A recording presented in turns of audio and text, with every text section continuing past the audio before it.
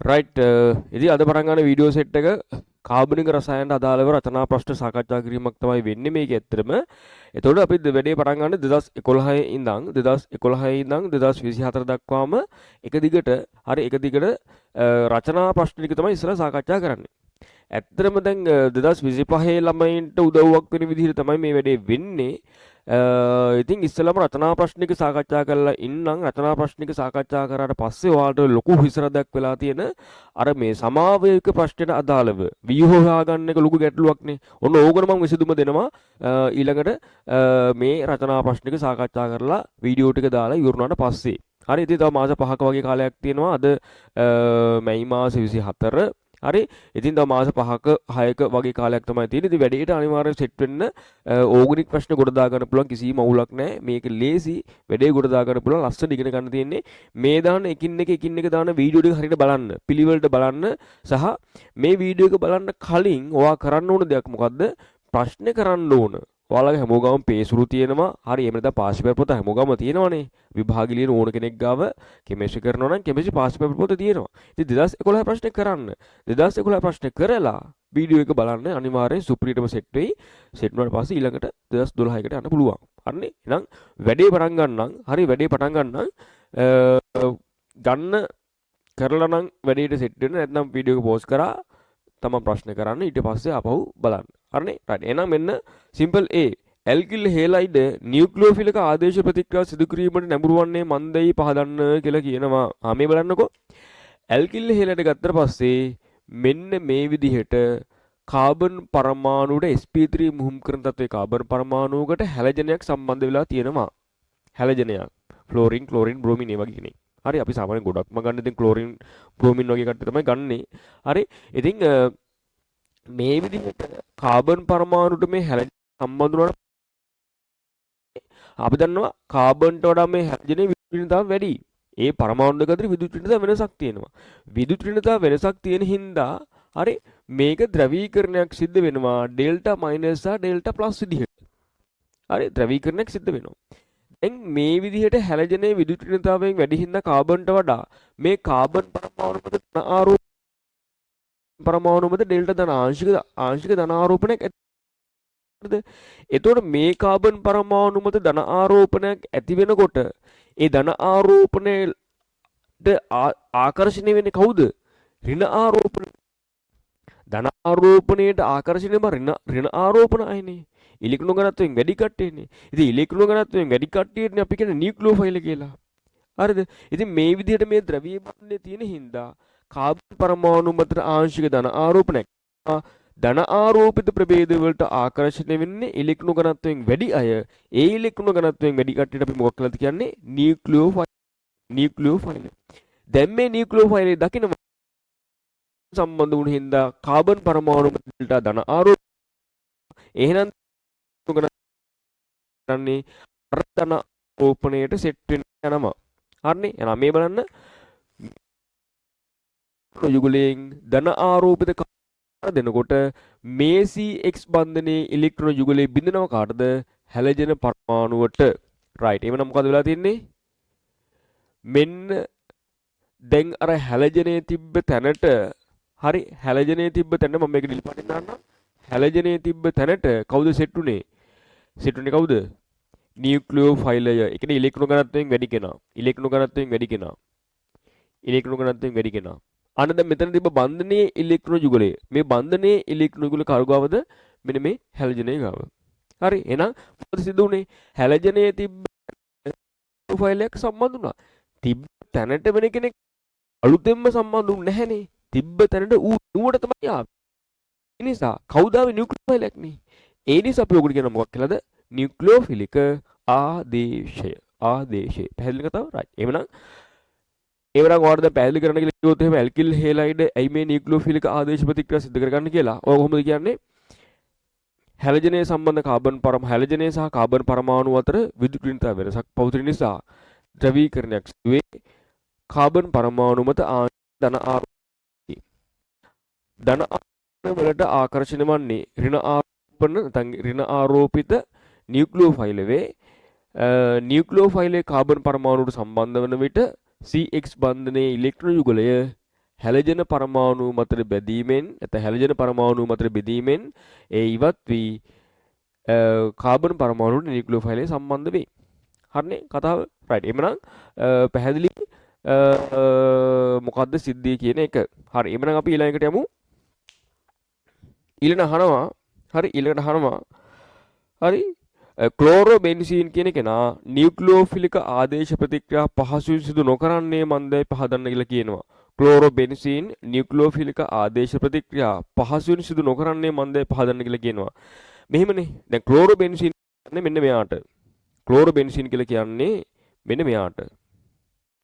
හේලෝබෙන්සීනියක් නේ. මෙන්න ක්ලෝරෝබෙන්සීන්. එකසර දාන්න අවශ්‍යතාවයක් මේ අවශ්‍යම නැහැ. නමුත් මම මේකට ඕන හින්දා පෙන්වන්නම්. දැන් ක්ලෝරෝබෙන්සීන් ගත්තට පස්සේ මේ ක්ලෝරින් කියන හැලජනේ නැත්නම් හැලජන පරමාණුවට ක්ලෝරින් කියන කෙනා සම්බන්ධ වෙලා තියෙන මෙන්න මේ කාබන් පරමාණුවටනේ. අර බෙන්සීන්ගේ තියෙන කාබන් පරමාණුවකටනේ. දැන් මේ බෙන්සීන්ගේ තියෙන කාබන් පරමාණුව විශේෂත්වය තමයි මේක දැන් sp2 මුහුම් කරන අවස්ථාවේ තියෙන්නේ ඊටත් වඩා මෙන්න මෙහෙම සිද්ධියක්. දැන් සමහර කෙනෙක්ට හිතෙන්න බෑ මෙහෙම. දැන් මේ තියෙන ක්ලෝරෝබෙන්සීන්ගෙත් නියුක්ලියෝෆයිලයක් මේ ළඟට ආවොත් එහෙම හරි මේ කාබන් පරමාණුවට නියුක්ලියෝෆයිලය සම්බන්ධ වෙලා මේක බන්ධනේ බිඳින්න පුළුවන් කියලා. අර මේ වගේම දැන් මෙතන තියෙන කාබන් කෙනෙක්මනේ. නියුක්ලියෝෆයිලේ කාබන්ට සම්බන්ධ වෙද්දී මේ බන්ධ මෙහාට බෙදෙනවා. හැබැයි එහෙම වෙන්නේ නැහැ. එහෙම වෙන්නේ නැති වෙන්න හේතුව තමයි මේ ප්‍රශ්නේ අහන්නේ. ඉතින් වෙන්නේ නැති වෙන්න හේතුව මොකද්ද? වෙන්නේ නැති වෙන්න හේතුව තමයි මේ ක්ලෝරෝබෙන්සීන් කියන කෙනා සම්ප්‍රයුක්තතාව දක්වනවා. බලමු සම්ප්‍රයුක්ත ව්‍යුහ කොහොමද එන්නේ? මේ බලන්නකෝ. සම්ප්‍රයුක්තතාවට අනුව මේ ඉලෙක්ට්‍රෝන වල මෙතෙන්න මේක මෙතෙන්න. එහෙමනේ අපි සම්ප්‍රයුක්ත ව්‍යුහ ටික අඳින්නේ. ඔය ඊතල දාන්න අත්‍යවශ්‍යම නැහැ. නමුත් අර ඉලෙක්ට්‍රෝන සංක්‍රමණය පොඩ්ඩක් පැහැදිලි කරගන්න ඒ විදිහට දැම්මනම් ගැටලුවක් නැහැ. ඉතින් අවුලක් නැහැ. ලකුණු කපන්නේ නැහැ. ප්ලස් හරි ඊළඟට මෙහෙම දැන් බලන්න මේ සම්ප්‍රයුක්ත ව්‍යුහ වල විශේෂ ලක්ෂණය මොකක්ද කියන එක. සම්ප්‍රයුක්ත ව්‍යුහ වල විශේෂ ලක්ෂණය මොකක්ද කියන එක බලන්න. Cl plus හරි මේ කෙමිස්ට්‍රි කියන එක හරි ලේසි. මේ සබ්ජෙක්ට් එක අමාරු සබ්ජෙක්ට් එකක් නෙමෙයි. මේකට පහසුවෙන් ඒකක් ගන්න පුළුවන් සබ්ජෙක්ට් එකක්. ඔය හරියට ඉගෙන ගන්න ඕනේ හැබැයි. අනික් සබ්ජෙක්ට් වලට වඩා ගොඩක් ලේසි. right. මෙන්න අන්තිම එක මෙන්න මේ විදිහට මට එනවා. දැන් මේ සම්ප්‍රයුක්ත ව්‍යුහ වලට අනුව ඔයාට මොකද්ද පේන්නේ? සම්ප්‍රයුක්ත ව්‍යුහ වලට අනුව ඔයාට පේනව නේද? මේ සම්ප්‍රයුක්ත ව්‍යුහ තුනකම මේ කාබන් සහ ක්ලෝරින් අතර බන්ධනය ද්විත්ව බන්ධන තියෙන්නේ. දැන් ඒ කියන්නේ ඇත්තටම මේ ක්ලෝරෝබෙන්සීන් කියන එක නම් මේ සම්ප්‍රයුක්ත ව්‍යුහ වල මුහුමක් විදිහට තියෙන්නේ. මධ්‍යන්න ව්‍යුහයක් විදිහට තියෙන්නේ. එහෙනම් සම්ප්‍රයුක්ත ව්‍යුහ තුනකම කාබන් සහ ක්ලෝරින් අතර බන්ධන ද්විත්ව බන්ධන හින්දා ඇත්තටම තියෙන ක්ලෝරෝබෙන්සීන්ගෙත් ඒ කියන්නේ ක්ලෝරින්ගේ සම්ප්‍රයුක්ත මුහුමෙත් කාබන් සහ ක්ලෝරින් අතර බන්ධනය ආංශික ද්විත්ව බන්ධන ලක්ෂණ දරනවා. ආංශික ද්විත්ව බන්ධන ලක්ෂණ දරනවා කියලා කියන්නෙම ඒ බන්ධනයේ ප්‍රබලතාවෙන් වැඩි, ශක්තියෙන් අඩුයි. ප්‍රබලතාවෙන් වැඩි කියලා කියන්නේ ඒ බන්ධනේ කඩන්න අමාරුයි කියන එක. ඒ නිසා මොකද වෙන්නේ නියුක්ලියෝෆයිලයක් මේ කාබන්ට එන්න ආසාවෙන් හිටියට මේ කාබන් සහ ක්ලෝරින් අතර බන්ධනේ කැඩෙන්නේ නැහැ. මේක කැඩෙන්න ඕන මෙයාට මෙතන ඉන්න නම්. පැහැදිලිනේ. රයිට්. එහෙමනම් ක්ලෝරෝබෙන්සීන්ගේ කාබන් සහ හැලජනය අතර ආංශික ද්විත්ව බන්ධන ලක්ෂණ තියෙන හින්දා මේ බන්ධනයේ ප්‍රබලතාවයෙන් ඉහළයි. බන්ධනේ බිඳින්නේ නැහැ. බන්ධනේ බිඳින්නේ නැහැ. හරිනේ. රයිට්. එහෙමනම් ඔයාලා මෙතන පැහැදිලි කිරීම කරනකොට අනිවාර්යයෙන් මේ සම්ප්‍රයුක්ත ව්‍යුහ ටික ඇඳලා ඉවරලා පැහැදිලි කිරීම කරන්න ඕන. ඒවට වෙනම ලකුණු හම්බෙනවා. රයිට්. එහෙමනම් මෙතන කියන්නේ ක්ලෝරෝබෙන්සීන් නියුක්ලියෝෆිලික ආදේශ ප්‍රතික්‍රියා පහසුවෙන් සිදු නොකරන්නේ මන්දයි පහදන්න කියලා කියනවා. ඔයා කියන්න ඕන එතකොට ක්ලෝරෝබෙන්සීන් පහත පරිදි සම්ප්‍රයුක්තතාව දක්වයි කියලා සම්ප්‍රයුක්ත ව්‍යුහ ටික අඳින්න ඕන. ඊට පස්සේ පහලින් ලියන්න ඕන සම්ප්‍රයුක්ත ව්‍යුහ වලට අනුව සම්ප්‍රයුක්ත ව්‍යුහ තුනකම කාබන් සහ ක්ලෝරින් අතර බන්ධනයේ ආංශික ද්විත්ව බන්ධන ලක්ෂණ ඇත. නැත්නම් ආංශික ද්විත්ව බන්ධන කතාවක් ඕනේ. සම්ප්‍රයුක්ත ව්‍යුහ තුනකම කාබන් සහ ක්ලෝරින් අතර බන්ධනයේ ද්විත්ව බන්ධන වේ. එම නිසා ක්ලෝරෝබෙන්සීන්හි කාබන් සහ ක්ලෝරින් අතර බන්ධනය ආංශික ද්විත්ව බන්ධන ලක්ෂණ දරයි. එනම් බන්ධන ප්‍රබලතාවය ඉහළ, බන්ධනයේ ශක්තිමත්ය. මේ නිසා ක්ලෝරෝබෙන්සීන් නියුක්ලියෝෆිලික ආදේශ ප්‍රතික්‍රියා සිදු කර නොගනී. හරි බන්ධනේ බෙදෙන්නේ නැහැ කියලා කියවනම් හරි. රයිට්. ඉතින් ওই විදිහට ගලපලා ලියන්න ඕන. මම හිතනවා පැහැදිලි කියලා. එහෙමනම් මේ කතාව හරි. ඒක හරි. රයිට්. එහෙමනම් අපි ඊළඟට බලමු. සිම්පල් B කොටස අන්න නියමයි ඈ. හරි. සිම්පල් B කොටස සුපිරි ලොකු දෙයක් තියෙනවා ඉගෙන ගන්න. ඒ නිසා බලමු අපි B කොටස. හරි. B කොටසේදී කියන්නේ පහත දැක්වන ප්‍රතික්‍රියාවෙන් අපේක්ෂිත ප්‍රධාන ඵල තුනෙහි ව්‍යුහය අඳින්න. පහත දැක්වන ප්‍රතික්‍රියාවෙන් අපේක්ෂිත ප්‍රධාන ඵල තුනෙහි ව්‍යුහය අඳින්න කියලා ඔන්න දීලා තියෙනවා OH- කියන කෙනා. හරි. alright. එහෙනම් කොහොමද බලමු මේ පැහැදිලි කරන්නේ? මේක මෙහෙමනේ තියෙන්නේ.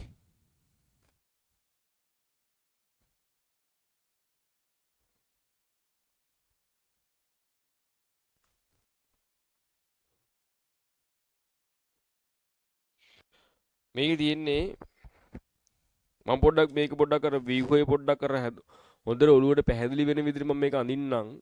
හරි පැහැදිලි වෙන අඳින්නත් දාන්නම්. ඒක කරදරයි අපිට මේ කැලලක් තියෙන එක. අපි ඒක ප්‍රයෝජනෙට ගමු. හරි මේ දැන් මේකේ මේ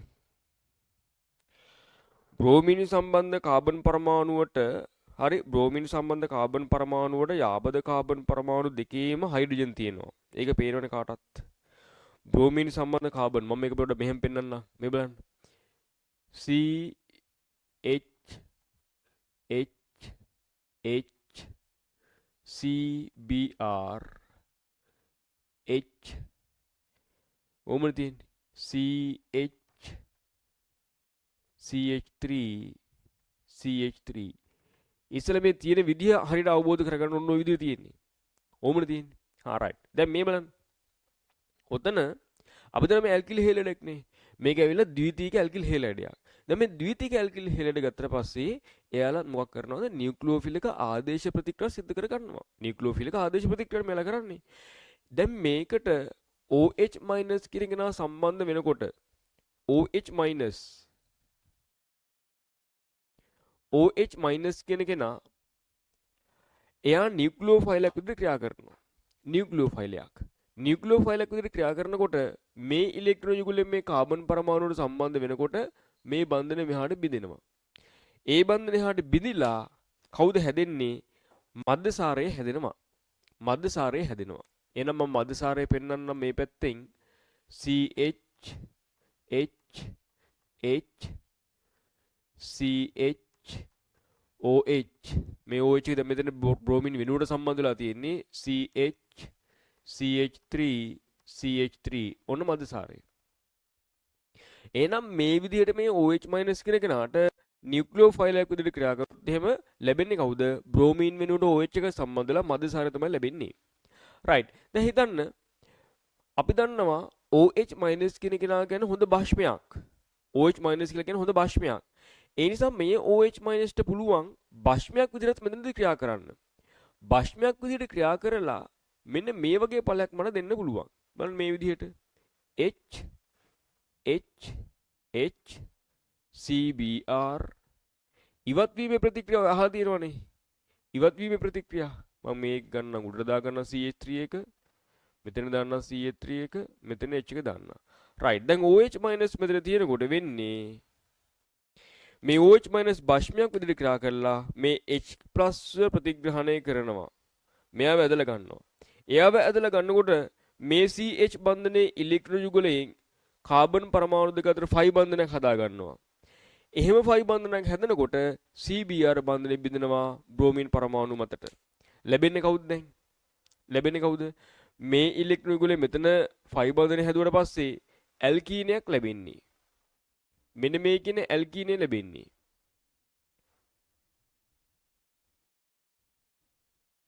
CH3 CH3H මෙන්න මේ ඇල්කීනය ලැබෙන්නේ. අන්න තව ඵලයක්. ඇයි බ්‍රෝමීන් සම්බන්ධ කාබන්ට යාබද කාබන් පරමාණුවේ H මේක හරි. මේ බ්‍රෝමීන් සම්බන්ධ කාබන්ට මෙන්න මේ යාබද කාබන් පරමාණුවෙත් H එකක් තියෙනවා. එහෙනම් මේ OH කියන කෙනාට මේ H ට වගේම මෙන්න මේ H ටත් පහර දෙන්න පුළුවන්. එහෙනම් මම ඒක මෙතනින් අඳින්නම්. H C H H CBr H CH3 CH3 H. එහෙනම් මෙන්න OH minus දැන් මොකද වෙන්නේ? මෙහෙම. මේක මෙතෙන්න. මේක මෙතෙන්න. අන්න අපිට තවත් ඵලයක් ලැබෙනවා. C H H H C H double bond CH3 CH3. ඔන්න ඕක තමයි ඵල තුන. හරි මේ දෙකම ඇල්කීන දෙකක්. මේක මොකද්ද? මද්දසාරය. ඔයා දන්නවා OH minus කියන නියුක්ලියෝෆයිල් එකක් විදිහට OH minus කියන කෙනාට නියුක්ලියෝෆයිල් එකක් වගේම භෂ්මයක් විදිහට ක්‍රියා කරන්න පුළුවන්. මතකද? ඇල්කිල් හෙලයිඩ් එකට ජලීය මද්දසාරීය KOH දාලා රත් කරනකොට මද්දසාරීය KOH දාලා රත් කරද්දී අර HBr ඉවත් වෙලා ඇල්කීනයක් හැදුණෙකුනේ. ජලීය සෝඩියම් හයිඩ්‍රොක්සයිඩ් දැම්මම මොකද වෙන්නේ? ඒ කියන්නේ ජලීය අවස්ථාවේදී OH minus කියන කෙනා ක්‍රියා කරන්නේ නියුක්ලියෝෆයිල් එකක් විදිහට. මද්දසාරීය අවස්ථාවේදී OH minus කියන කෙනා භෂ්මයක් විදිහට ක්‍රියා කරලා ඇල්කීනේ හැදෙන එක තමයි වෙන්නේ. එතන මාධ්‍ය මත තමයි මොකද හැදෙන්නේ කියන එක තීරණය වෙන්නේ. OH minus එකමයි මාධ්‍ය මත තමයි කවුද ප්‍රමුඛ ඵලය කියන එක කවුද ප්‍රධාන ඵලය කියන එක තීරණය කරන්නේ මාධ්‍ය මගින්. කතාව පැහැදිලිනේ? රයිට්. එහෙනම් ඔන්න ඒ ටික හරි. ප්‍රධාන ඵල තුන ওই ටික තමයි ලැබෙන්නේ. ඊළඟට කියනවා හරි C කොටස. එකම ආරම්භක කාබනික සංයෝගයේ එම්භාවිතා කර පහත් දැක්වෙන සංශ්ලේෂණය කරනු ලබන්නේ කෙසේද කියලා තමයි අහන්නේ. හරි රයිට්. එවනම් අපිට ඕක ගත්තාම හරි ඕක ගත්තාම මේක එස්ටරයක් නේ තියෙන්නේ M කියන කෙනා. M කියන කෙනා එස්ටරයක්. එස්ටර ඔක්සි හරණය කරොත් මොකද වෙන්නේ? එස්ටරයක් ඔක්සි හරණය කරොත් එහෙම මද්දසාර මිශ්‍රණයක් ලැබෙන්නේ. හරිද? ජල විච්ඡේදනය කරොත් නම් කාබොක්සිල් අම්ලයක් සහ මද්දසාරයක් ලැබෙනවා. හරි ආම්ලික සහ බාෂ්මික ආකාර දෙකෙන්ම කරන්න පුළුවන්. හරි ලවණය આવොත් ආපහු ඒක ප්‍රබල අම්ලයක් දාලා ගන්න පුළුවන් කාබොක්සිල් අම්ලයේ ගැටලුවක් නැහැ. දැන් මෙතනදී අපට මේ එස්ටරේ ජල විච්ඡේදනය කරලා මද්දසාර දෙකක් ගන්න පුළුවන් කියනකවත් දැනන් ඉන්න ඕන. එස්ටර ජල විච්ඡේදනයේ මද්දසාර ලැබෙනවා. දැන් මද්දසාර දෙකක් අරගෙන අපි කොහොමද ඕක හදාගන්නේ? හරි මද්දසාර දෙකක් අරගෙන දැන් මෙතන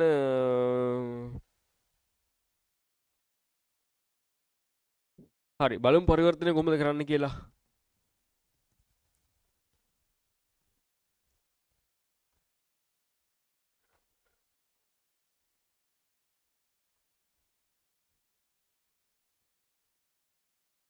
හරි මේකෙදි මෙහෙම ගන්න තියෙන එස්ටර් එකක් දීලා තියෙන්නේ CH3 CH CH3 COO CH CH3 CH3 ඕමනේ තියෙන්නේ. මේකෙන් හදන්න තියෙන්නේ මෙන්න මෙයාව CH3 CH3 double bond CH හරි CH CH3 මම ඉස්සෙල්ලා මෙහෙම කරන්න. හරි මම ඉස්සෙල්ලා මේක ඔක්සිහරණය කරන්න. අපි දන්නවා එස්ටරේ නිර්ජලීය ලිතියම් ඇලුමිනියම් හයිඩ්‍රයිඩ් H+H2O. හරි ලිතියම් ඇලුමිනියම් හයිඩ්‍රයිඩ් දැම්මට පස්සේ මද්දසාර මිශ්‍රණයක් ලැබෙනවා. එවන කොහොමද වෙන්නේ? CH3 CH CH2OH CH3 ඊළඟ මේ පැත්තේ ලැබෙන කවුද? OH CH CH3 CH3 හරිද? මම කරන්නම්. හරි මෙන්න මෙහෙම වැඩක්. දැන් මට පේනවා දැන් මේක මේ විදිහට දෙපැත්ත සම්මිතිකයිනේ කොහොම? දෙපැත්ත සම්මිතිකයිනේ. ඒ හින්දා කොහෙන් ගතත් ගැටලුවක් වෙන්නේ නැහැ ඕක. මම මෙහෙම කරන්න. මේකට මම දාන්නම් PCC. PCC දැම්මට පස්සේ මට ඇසිටෝන් වල ලැබෙනවා. ඇසිටෝන් වල ලැබෙනවා. ඔය ඇසිටෝන් ගන්න පුළුවන්. හරිනේ. ඊළඟට මම මේකට දාන්නම් නිර්ජලීය PBr3. මාධ්‍යසාරයක්නේ. නිර්ජලීය PBr3 දැම්මට පස්සේ වෙන්නේ OH එක අයින් වෙලා ඒකට Br එක සම්බන්ධ වෙන එක. CH3 CH CH3 CH2Br. ඊළඟ මේකට දාන්නම් මැග්නීසියම් වියලි ඊතර දාලා ග්‍රීන් අණ්ඩුව හදා ගන්නම්. CH3 CH CH3 CH2 MgBr ඊතර මාධ්‍යයේ ග්‍රීන් ප්‍රතිකාරයක් හදාගත්තා.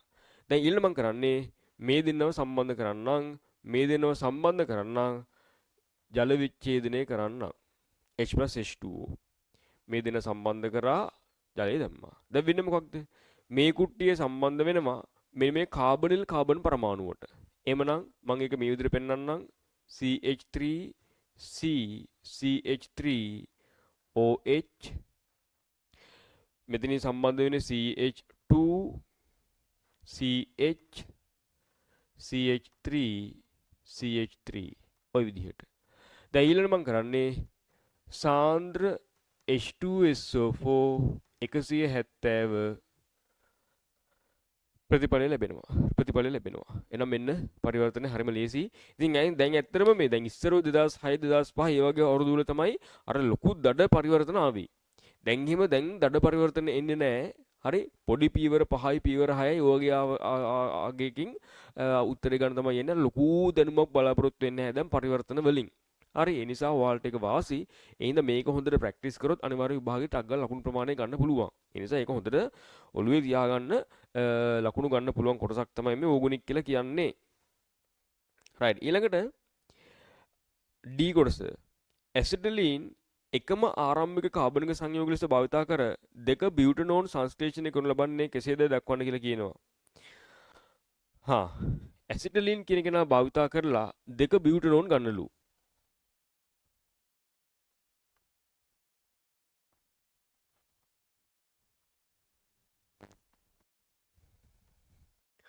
මෙන්න ඇසිටලීන්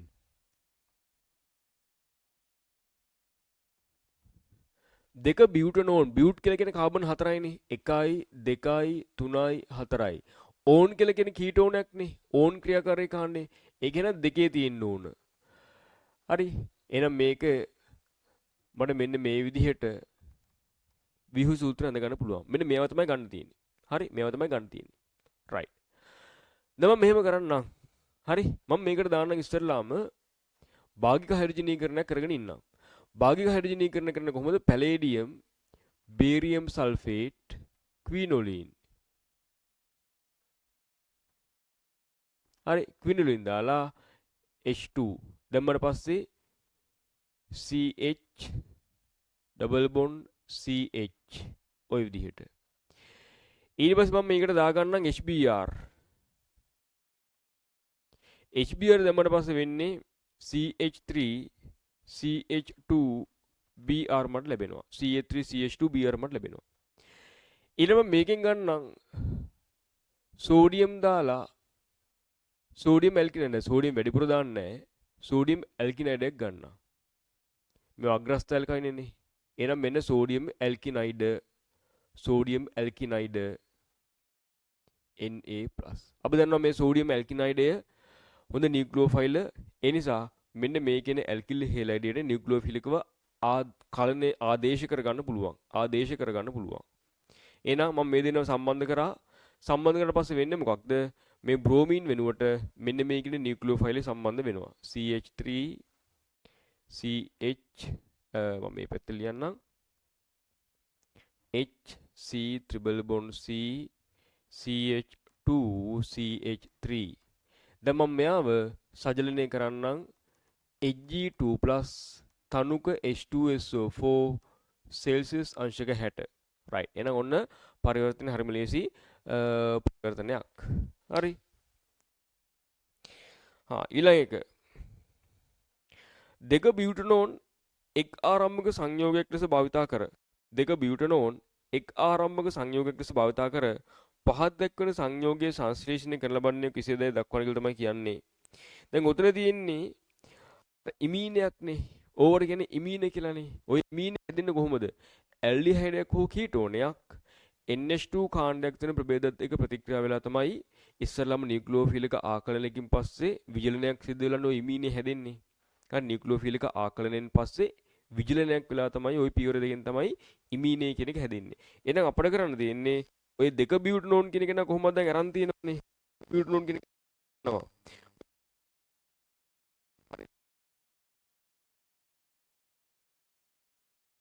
ඉන්න ඵලය ගන්න පුළුවන්. කොහොමද ඒක ගන්නෙ? මෙන්න දෙක බියුටනෝන් CH3 CO CH2 CH3 අපි මේකට දාමු ඇනලීන්. ඇනලීන් කියලා කියන්නේ මෙන්න NH2. දැන් මොකද වෙන්නේ?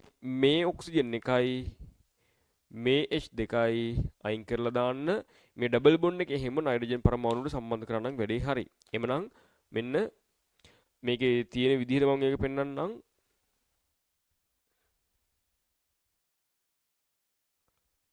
nitrogen double bond CH3 CH2 CH3 ඔය විදිහට තමයි තියෙන්නේ. හරිනේ පැහැදිලිනේ. හරි ඉතින් ඕක තමයි 2011ට අදාළව රචනා ප්‍රශ්නේ. ඉතින් හරිම ලේසි. හරි බොහොම පහසුයි ලකුණු ගන්න පුළුවන්. අපි ඊළඟ වීඩියෝ එකෙන් 2012ට අදාළව රචනා ප්‍රශ්නයත් එක්ක සම්බන්ධ වෙමු ඕගනෙක්. ඉතින් මේ දවස්වල දැන් ඔයාලා තව මාස 5 විභාගෙට මාස 5 විභාගෙට මාස 5ක තියා තමයි මම මේ වීඩියෝ එක දැන් ඔයාලට කරන්නේ. මේ මාස 5න් ඔයාලට මේ කෙමිස්ට්‍රි වලට ඒකට එන්න පුළුවන්. ඔයා කරන්න දෙන්නේ මේ මම මේ දෙන වීඩියෝ වගේ හරි ඕගනික් ප්‍රශ්න එක දිගට කරගෙන යන්න. එතකොට 2024 එන්න ප්‍රශ්න අනිවාර්යෙන් ඔයාලට පුළුවන්. හරි ඊට පස්සේ මම දානවනේ සමාවයක සම්බන්ධ ප්‍රශ්නකුත්. ඒ කියන්නේ 2011 ඉඳන් සමාවයක ටික සම්පූර්ණ විසඳගෙන යනවානේ. ඒ ටිකත් බැලුවට පස්සේ මොකද වෙන්නේ? අනිවාර්යෙන් මේ ප්‍රශ්නේ ඔයාලට එන එක අනිවාර්යෙන් පුළුවන් වෙනවා.